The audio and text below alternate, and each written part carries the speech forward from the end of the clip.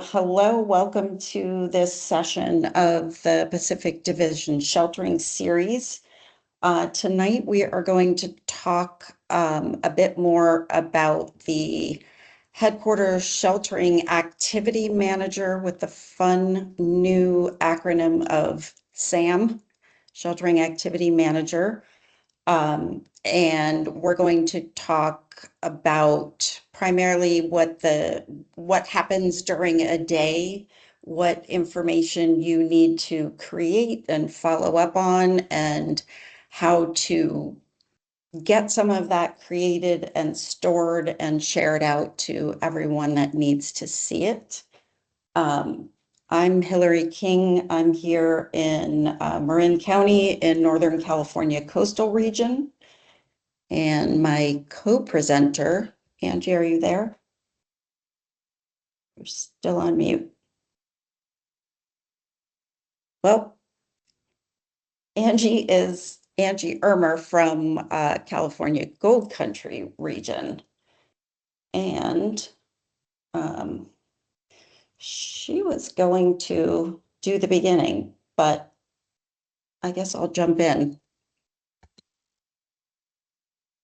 If I can change the slide. There we go.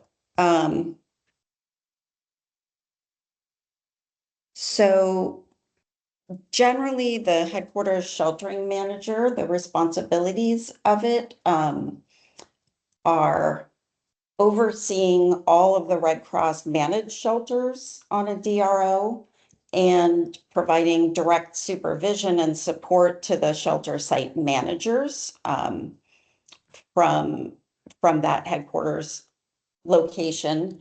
And the manager uses the planning assumptions to, uh-oh, can you hear me? Can someone tell me they hear me?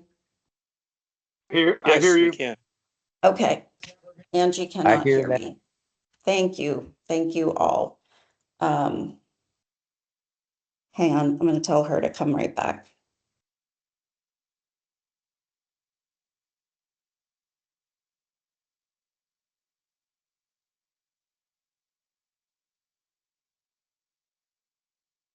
Okay, so in addition to the sheltering manager at headquarters, depending on the size and complexity of your DRO, the planning allows for assistant sheltering managers and other support staff at headquarters.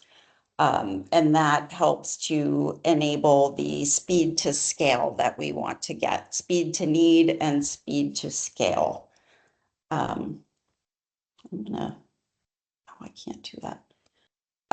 Okay, I'm gonna keep going. So Hillary, this is Angie. I can take over from now. I'm back now. Okay, I did the first slide. Technical difficulty. All right, I gotcha. Thank you. Hi, everyone. My name is Angie Ermer. I am the Regional Mass Care Lead for California Gold Country. As Hillary, I couldn't hear the first part what Hillary was saying, but we're covering HQ Shelter Activity Manager today. So we're going to talk a little bit about battle rhythm and what the duties are for HQ SAM. So Hillary, if you want to go ahead and put that back up again, we can go ahead and I can go ahead and take it over from there, from the first part. Oh, did I stop sharing?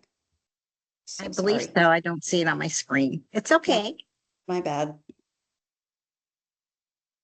Here we go. Okay. Do you want me to go back to the first slide or just start here? Yeah, you could be that would be great. There you go. Okay. So I have included at the first part of this slide the responsibilities of HQ Sheltering Manager. We won't go in depth because there are a lot of duties that the HQ Sheltering Manager is responsible for. But I have included the link in for OneSource, and you can go ahead and look there for any for more information. So the HQ Sheltering Manager oversees all the Red Cross managed shelters across the DR. and provides direct supervision and support to each shelter site manager. They're there to help you as a shelter site manager or your team on the ground in the field. We are there to help with resources or any needs that you may have. The mass care planning assumptions provide for assistant HQ sheltering managers if you need more. It's dependent on how many shelters you have across that DR. Next slide, please.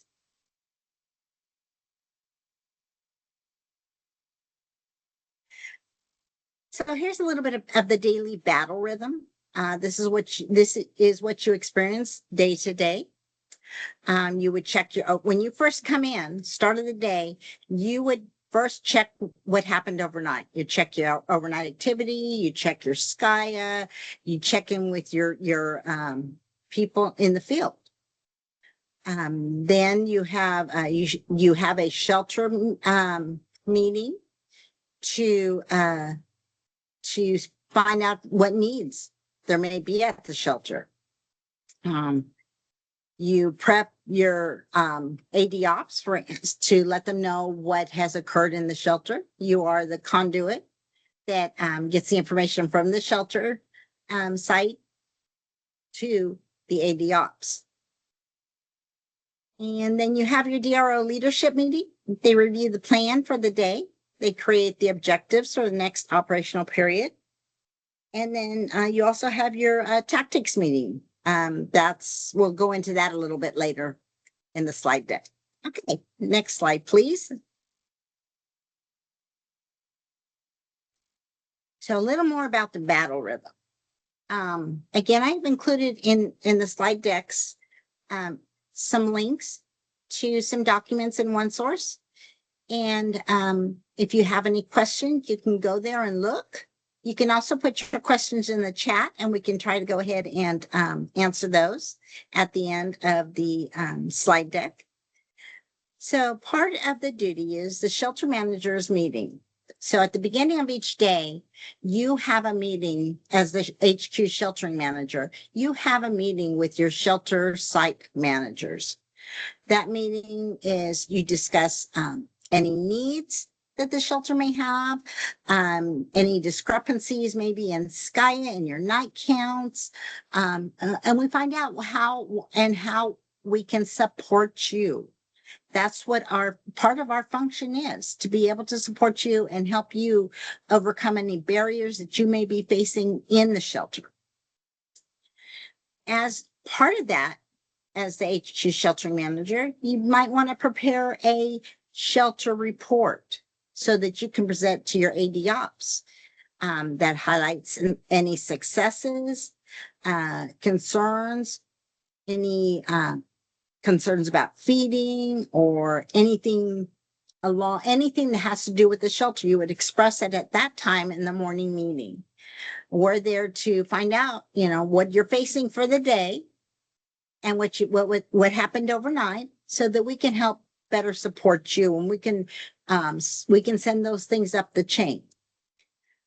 You can express at that time any workforce concerns. If there's any pet services concerns, you recommend any actions by the DRO leaders and other activities.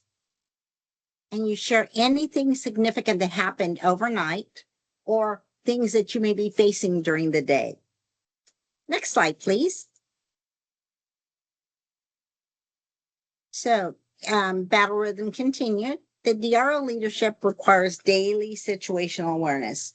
It's the responsibility of the HQ sheltering manager, to keep the AD ops informed of what is happening at the shelter level.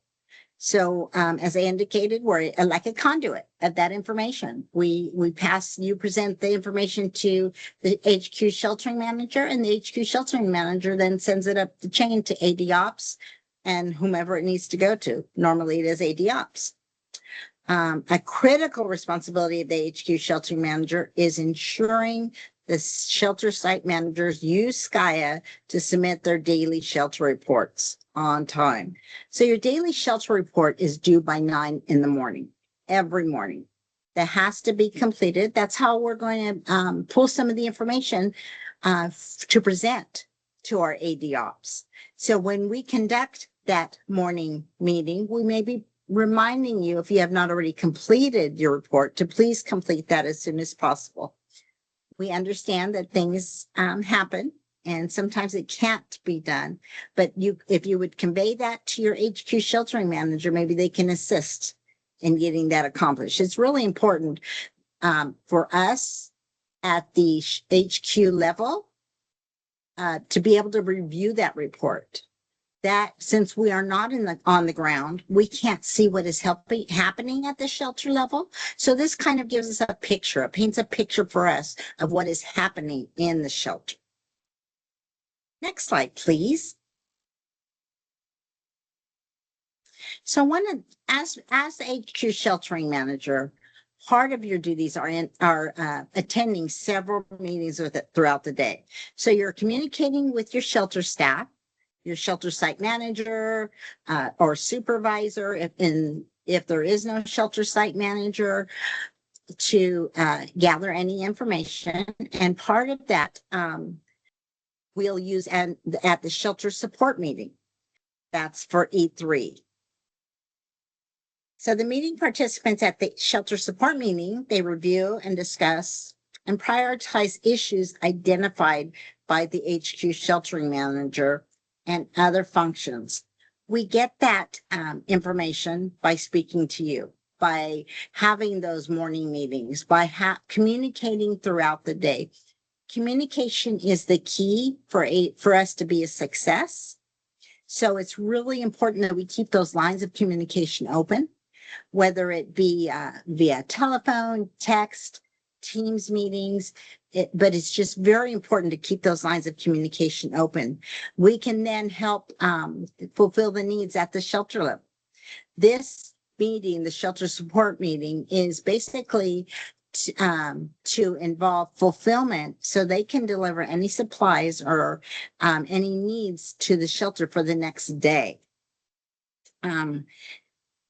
Shelters are, so the goal of this meeting is to make sure the shelters are fully resourced so that you at the shelter level can deliver quality client services, which is our goal. We want to make sure we keep the clients safe, fed, all supplies are met, all supplies that are needed are met.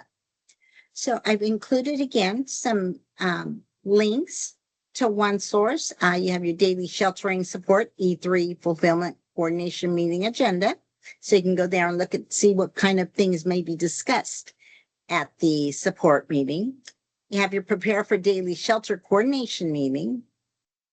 And also we have the National Ops Summary, which is tab 3, sheltering. Before you go into your shelter support meeting, this is a good resource, a good tool for you to use. You should get in the habit of looking at that daily and sometimes several times throughout the day.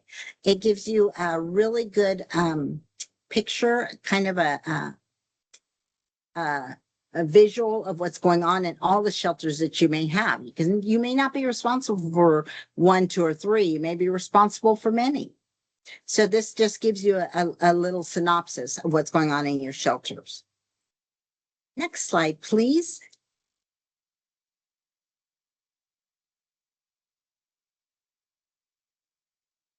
So operations and tactics meetings. During the morning meeting that we will be having, that we'll be holding with this shelter site managers, we will be needing some information from you. Part of that is what resources you have on hand and what resources you may need for the next 24-hour period. Some of those resources include people. Do you need more staff? Do you need more stuff? Cots, blankets, comfort kits, things like that. And do you need showers? Do you have enough showers? Do you need portable toilets? So those are the things we try to glean from that manager's, from the headquarter manager and shelter site manager meeting. We try to gain the information so that we can help support you, So the operational planning worksheet is used to record, assess, and communicate operational strategies and tactics so that we can know what you need for the next 24-hour period. It covers a 24-hour period. It's kind of a reader's, to me, I indicate it's like a reader's digest of what's happening and what's needed at the shelter. At this meeting, we'll review the operational planning worksheet, and I'll show you the next slide, what that looks like. We'll discuss any proposed tasks that may need to be accomplished within the next 24 hours. You'll finalize your operational tactics and deconflict any resources. You approve tasks that can be resourced and you support the current objectives. So you will at this meeting determine if there's any objectives that are unmet that we need to work on. So we can let our leadership know. You'll review daily objectives and be prepared to discuss any changes and status updates at that time. I have put a link in here for the operational planning worksheet. Again, that's on OneSource.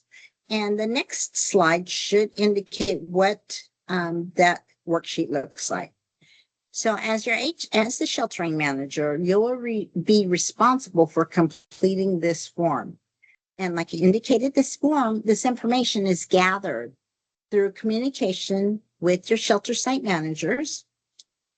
And we will be asking you specific information. For instance, you'll see the staff is in this first part. Do you have enough staff for that next 24-hour period? Or do we need to find staff to cover? Do you have sufficient coverage? Supplies, cots, blankets, comfort kits, shelter kits, cell phones. Again, do you need DST equipment? Do you need a laptop? Do you need a hotspot? We'll be asking you those types of things. And then again, as I indicated, there'll be toilets and showers and other things that you may need to run your shelter efficiently, to be a success there on the ground. Other things we need to complete is who will be the day supervisor. We'll need to put that contact information in there, their phone number, the night supervisor as well. What time the shifts are is the next column. What time does your shift start? Are you a 6 to 6 shift? Are you a 7 to 7 shift? Normally shifts run 12 hours. You can have more than 2 shifts. You can actually have 3 shifts, but here is where we would indicate the time the shifts start and end. Here in the next column, we'll put the reporting location. So you would put the location if it's different than your work assignment. So if your work assignment is maybe headquarters, but you're serving in the shelter that night, we would go ahead and put that shelter information there. Did I lose you? I think we lost the. No, someone took the wheel. Hang on. Thank you to whoever trying to assist us. Okay. The next column will put what our goals are for the next 24 hours as far as sheltering. In this case, it says establish and begin operations. But this is where we'll put in a synopsis of what we expect for the next 24-hour period. Some of this information, if you haven't heard, or if you don't know, I can discuss that a little bit further. But some of this information is pulled to go on to the incident action plan, so that you can get that at the end of the night to know who all the players are. If you need to contact a shelter, or you'll know who you need to contact, who's on duty that day. So next slide, please. So another meeting you may or may not attend. It's really up to your AD ops as to whether you do attend this or not. The same with the tactics meeting.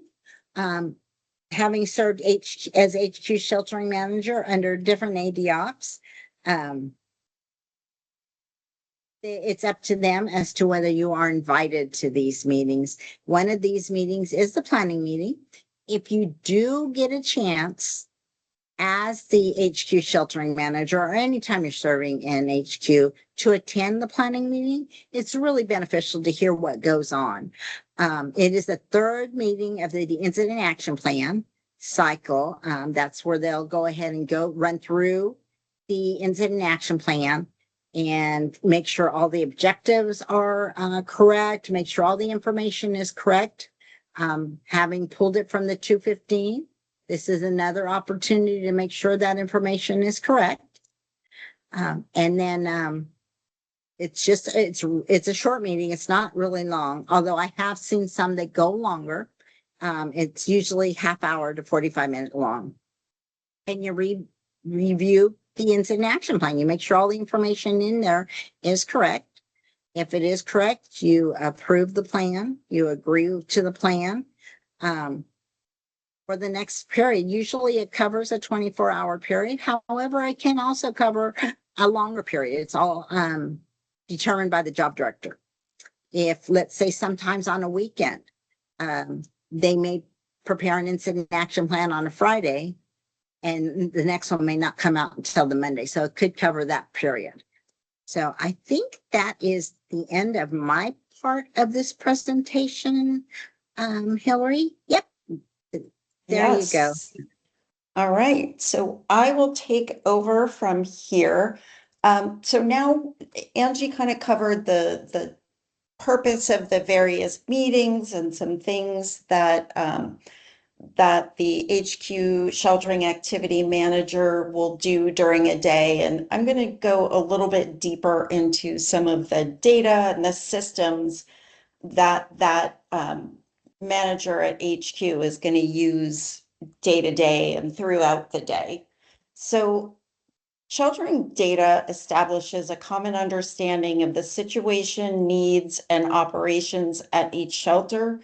It informs planning and resourcing decisions, and it provides an understanding to authorities and partners, and it positions Red Cross as a critical response partner in the community. If you're thinking that sounds like doctrine, you are absolutely right. And now we're done with doctrine. Oh wait, I have to switch screens. I'm working on two computers here, sorry. So Skya, hopefully you've all seen this version of Skya. It's the new sort of interface that came out this spring sometime. I don't remember exactly when. And if you've worked at a shelter, you've seen it from that perspective, but we're going to talk about it now from the perspective of using it at HQ. In a shelter, it's primarily you putting information into the system, and at headquarters, it's mainly pulling information out and looking at it on a bigger picture basis. So you can see that they've added some handy dandy little buttons to the front page of Skya now. And those are quick links to get you to important screens without having to, click through 5 different things to get to a roster or referrals, things like that. So the first thing that I want to point out that you'll want to do, and this should be for sure, you're going to want to look at it every morning, but just also as you know that shelters are opening, is you want to confirm that all of your shelters are indeed in Skya as they should be. And you can see that little the little icon, or not icon, screenshot at the top left. And I circled the change shelter DR. That's just a quick way to switch between shelters and look for all the ones that you would expect to be in the system. So going down to the buttons, when you see clients in the roster, then you know that Skya, that says Sika, that Skya is working at the shelter, because sometimes you set it up at HQ, but you're not certain that they're able to use it out of the shelter. But once you see clients in there, you know they're good to go. on the referrals button, that's a quick way to look for a list of all the referrals. And you can see that and look for some maybe outstanding referrals that have been open for a while. If you're seeing some trends there, like, you know, there's 10 people from one shelter that have requested some durable medical equipment, then we need to make sure that we're working with somebody to help get that to them. And I think sometimes people don't realize that that's a place that you can put referrals about people's pets that are at the shelter as well. So it's not just for our human clients, it's also to say that, you know, we think a pet is ill or somebody needs pet food or something like that. And then the overnight count, everybody's favorite topic. So you are going to, if you are in that seat at headquarters as the sheltering manager or as one of the assistants, you're going to want to make sure every night that someone at the shelter has put Skya or has put the population count into Skya. And then you're going to look at it in WebEOC and make sure that those two numbers are the same or find out what's going on. And you're also going to want to make sure, again, that if you have pets, that they are also recorded there as part of the count. So one thing I just want to make sure people know is, and we learned this recently in Saipan when we had some trouble, is you've got to be careful if a shelter goes into that screen where they're entering the population count and enters it, submits it, everything is peachy, and then they go back into the screen for some reason. If they don't escape out of it, it's going to actually record another count of 0. And so if you say you put in that you have 50 clients there and then you submit it, go back in because you forgot to add the pets and you add in the pets, your people count has zeroed out and it's going to submit a count of 0, which we don't want if we do actually have clients there. So look out for that. Be real careful that you don't accidentally zero out your counts.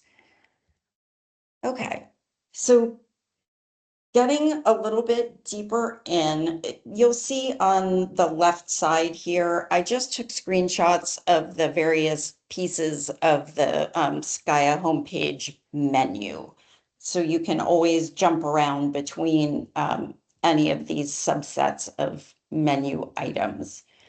So things to keep in mind when you are working headquarters. You want to make sure that the shelters are all putting their meal orders and their counts in. And you can work with feeding headquarters to find out what schedule they need that on. And a lot of it's going to depend on the vendor, like when they have to send in their orders, by what time each day, how far in advance. Another thing that you'll see here is client transportation. So you will want to help make sure that a transportation process has been set up with logistics. Some of you may have worked on a job where Uber Connect, I think that's what it's called, is in play.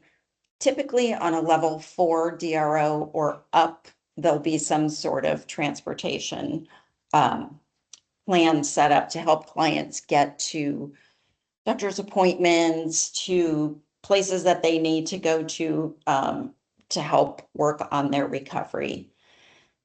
Just a word of caution, don't assume that because you put an entry in the transportation request screen that it's going to be acted upon unless you know that the transportation activity within logistics has set up a plan for that, right? You could fill in requests for Ubers all day long, and if that's not set up for this DRO that you're working on, those aren't going to go anywhere, and you and your clients are going to end up being quite frustrated.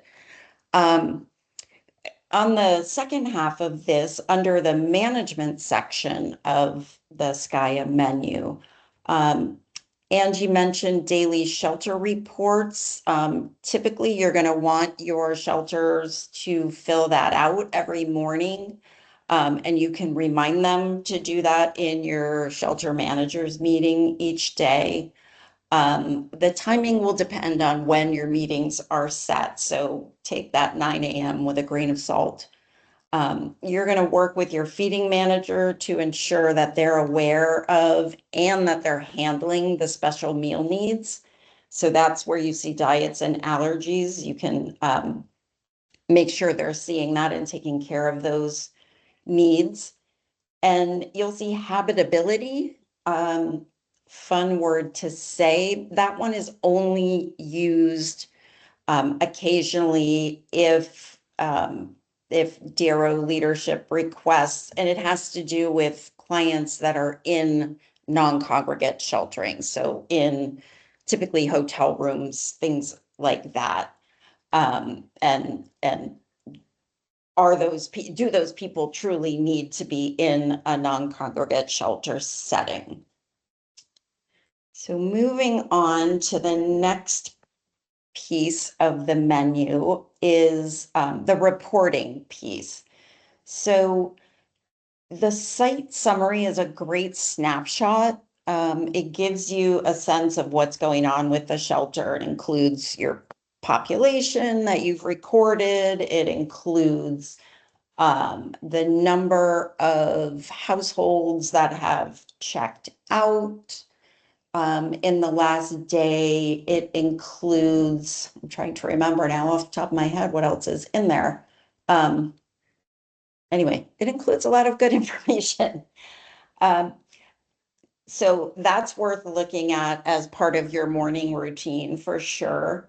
The overnight count we spoke about, I won't dwell on that any longer.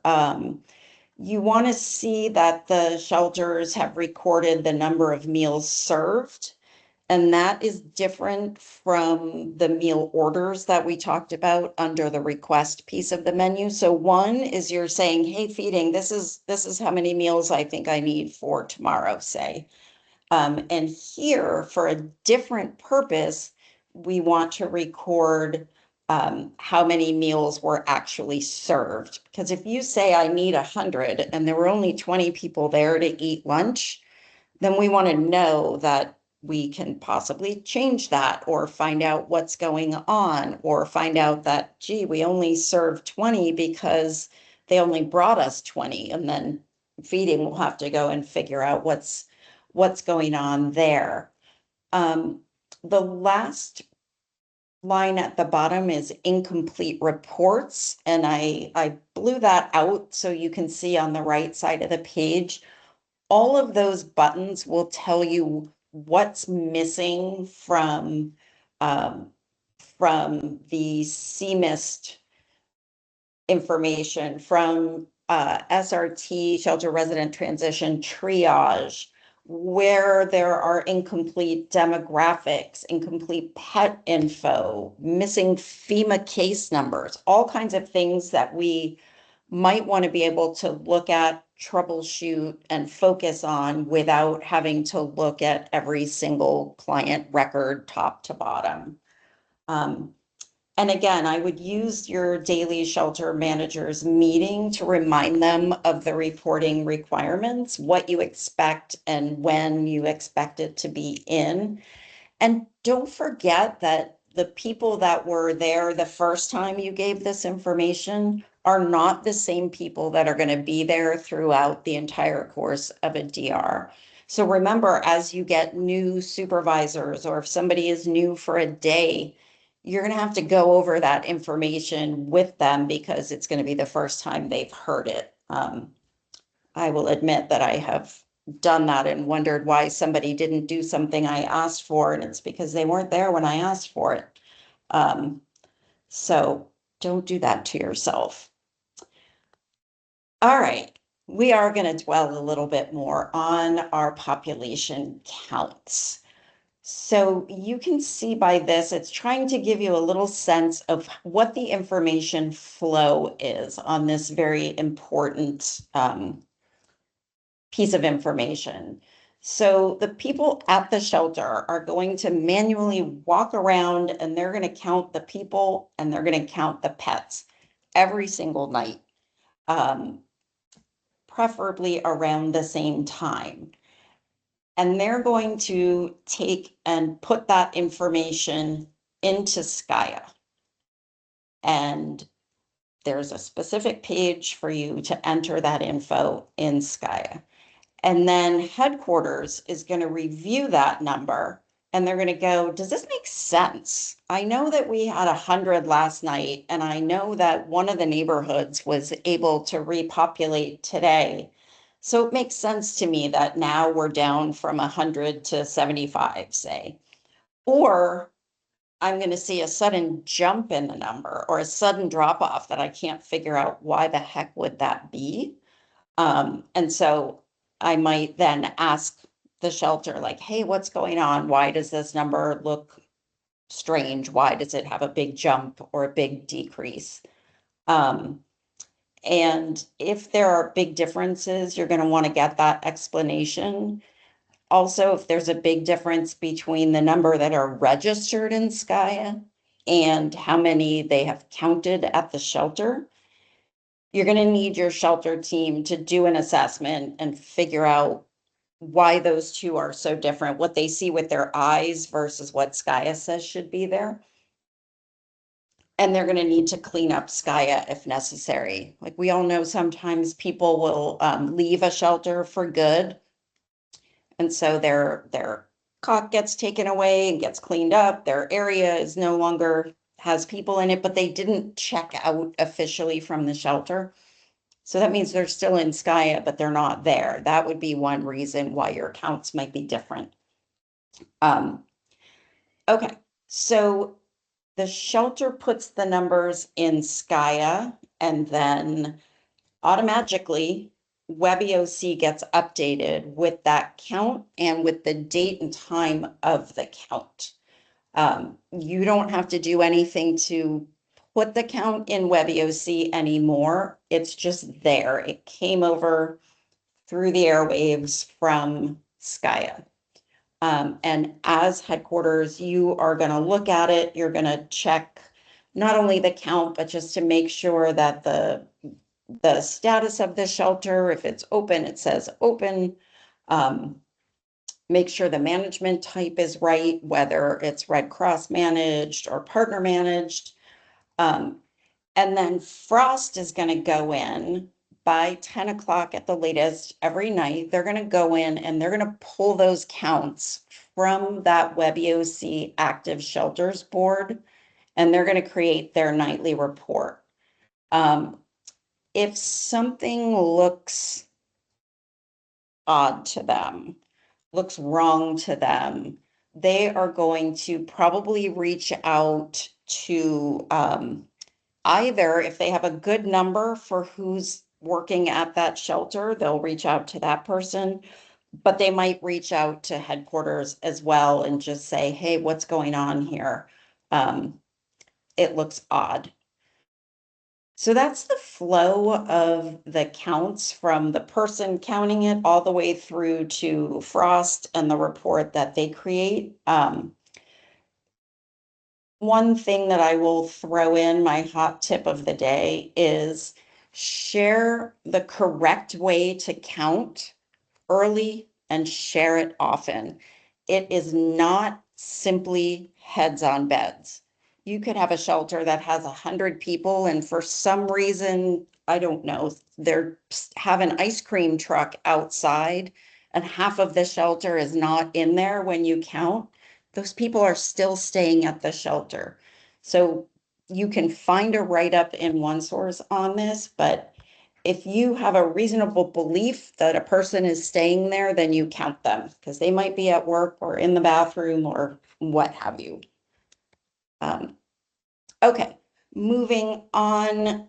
In WebEOC, you've got some duties, including adding, activating, and closing shelters that are used on the DRO.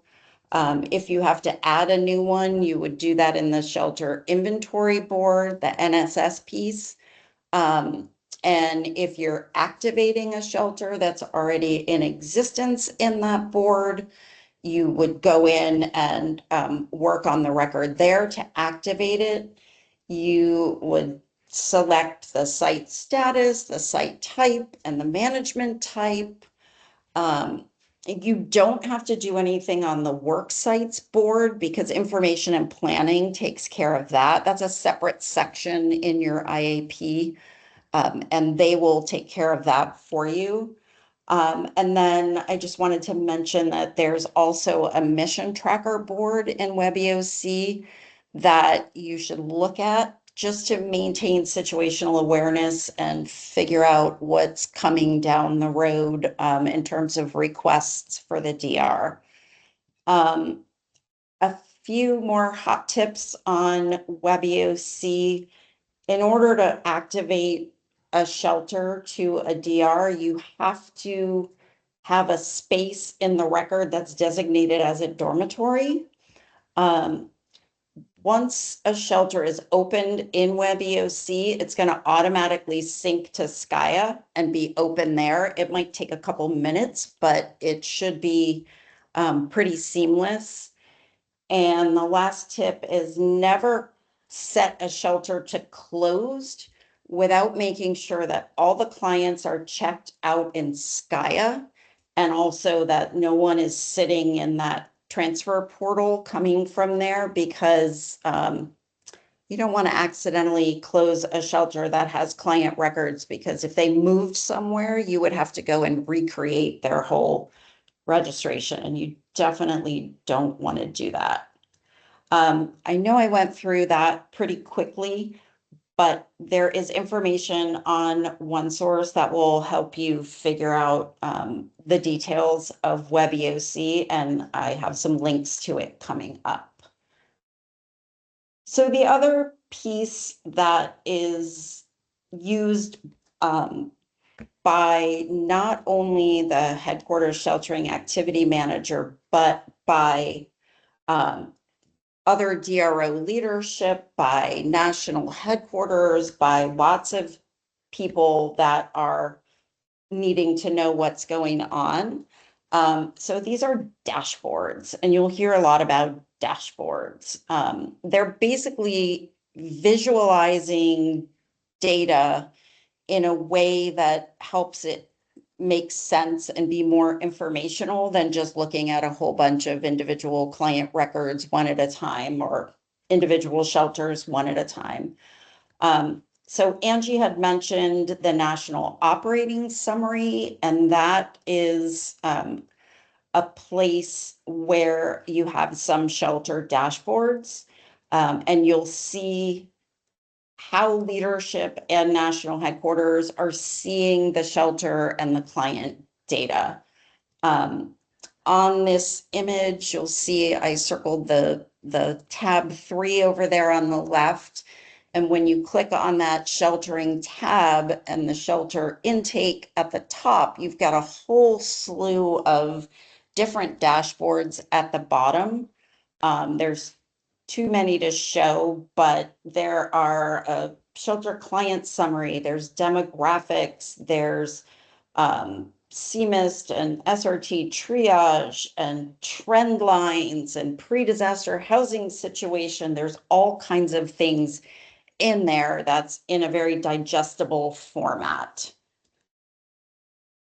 Another thing, and if you look up at the top in that gray box with the 3, if it's not too small, you'll see that there's Skya operational dashboard link, and that is another set of dashboards with all kinds of information. Again, you can see the different types there.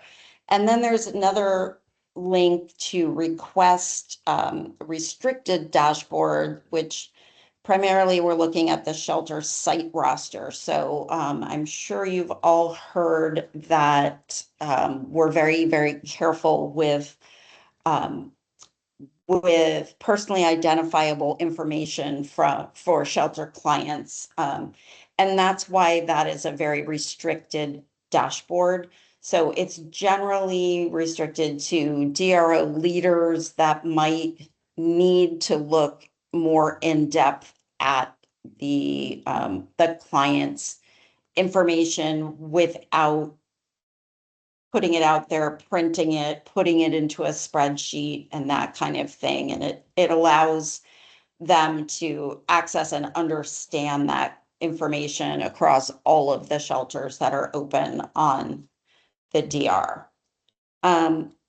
The last slide I'm going to share with you is some resources, and these are links to a couple videos that you can find on OneSource that get into, like, they walk through Skya and WebEOC and the dashboards in a much more thorough fashion than I just did. There's a couple things that are out of date on them, like it doesn't take 2 to 3 minutes to open, to wait as you're trying to switch from shelter to shelter in WebEOC anymore. So that's good news. But it's primarily correct what it's telling you to do. And then I also did a link to the National Operations Summary and just wanted to mention that you should see that. If you have an account on that, you'll see it on your Volunteer Connection homepage right near your OneSource and Edge links. If you don't have that, you can ask your people at home, your CDPM or your mass care manager, if it makes sense for you to have an account, and they just would need to say if there's a valid business use, because Red Cross pays for licenses. That is all. I know that was fast, but there's much. That's just a broad overview for those of you that are HQ curious. And we have a few minutes for questions if we have any.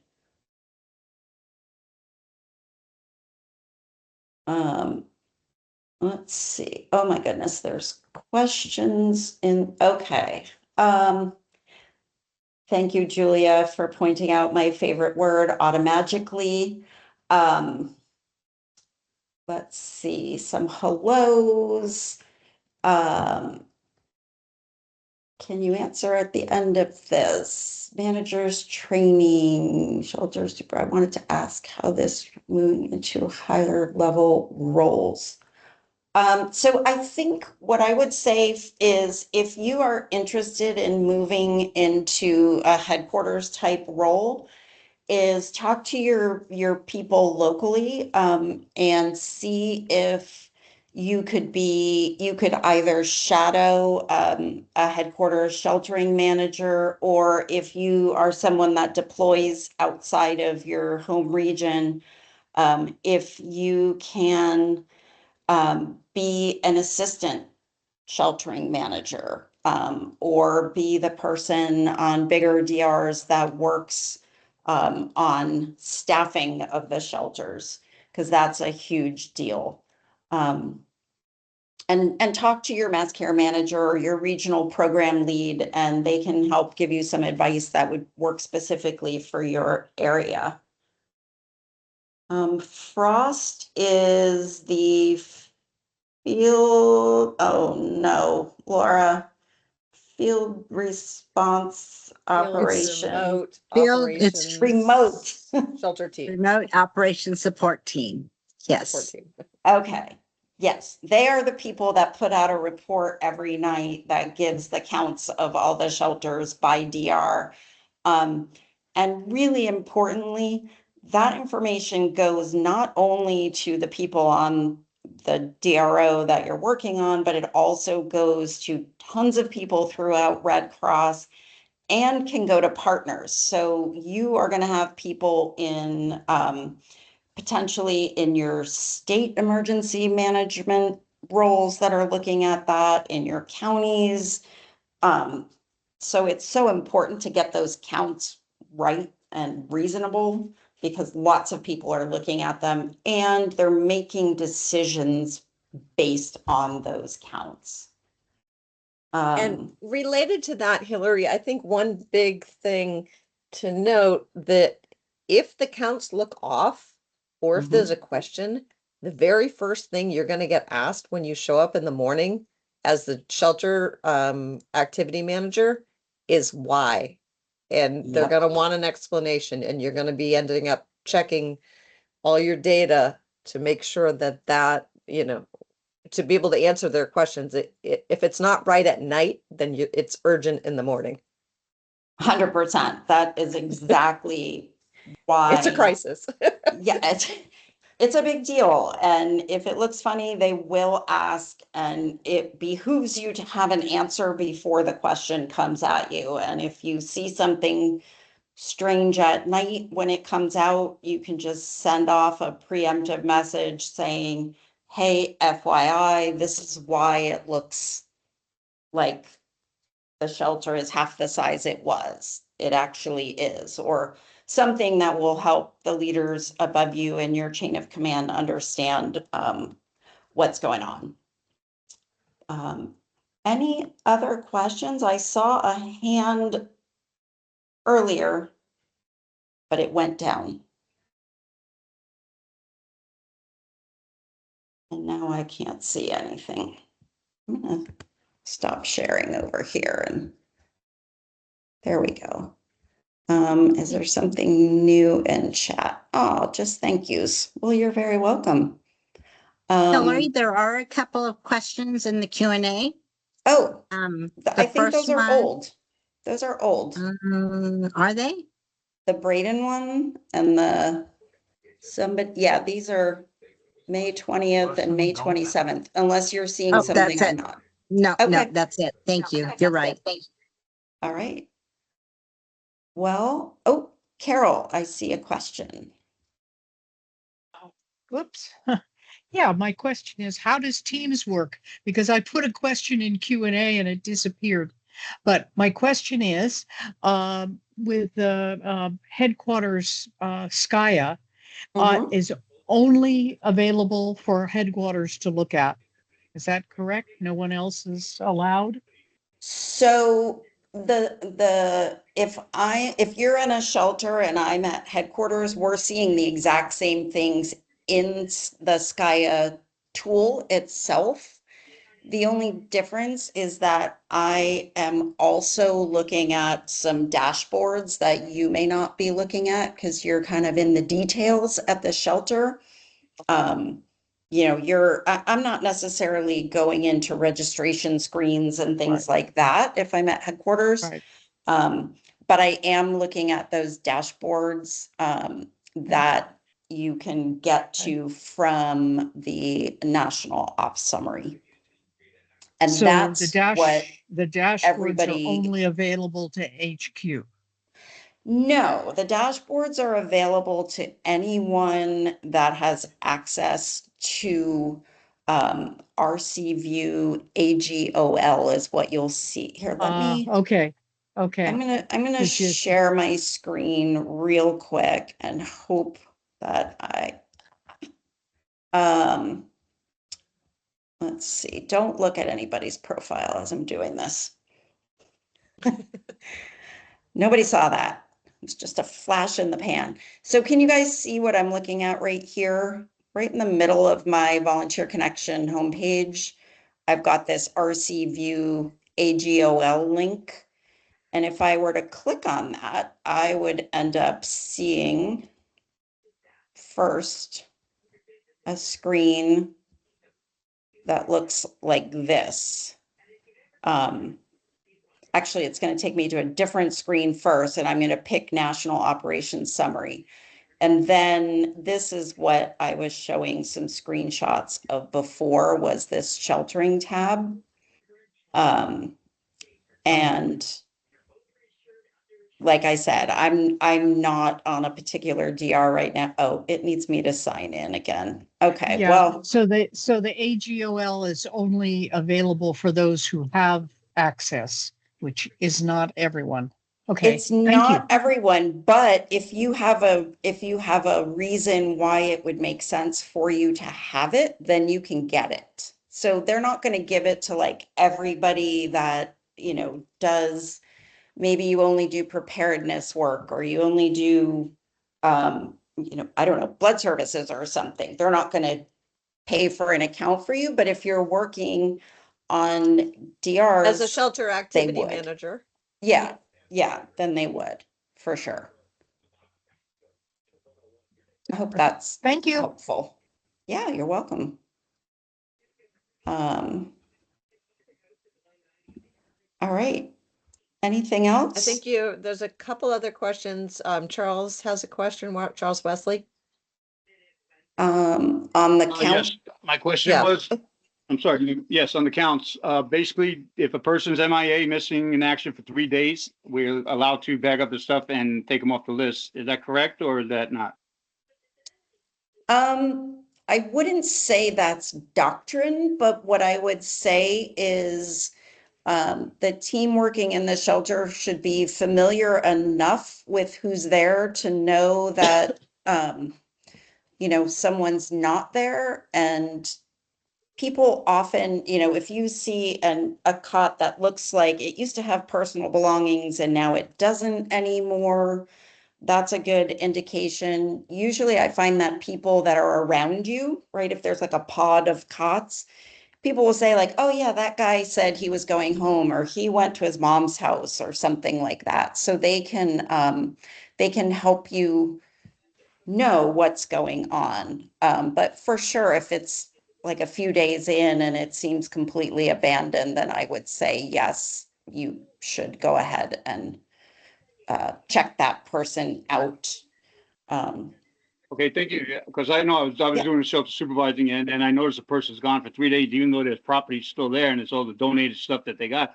They Right. disappear. We usually box it up after 3 days and take them off the list. I just wanted to know if that was okay to do that. If they're unheard from, you call the number, you can't find them, but after 3 days, Yeah. it's.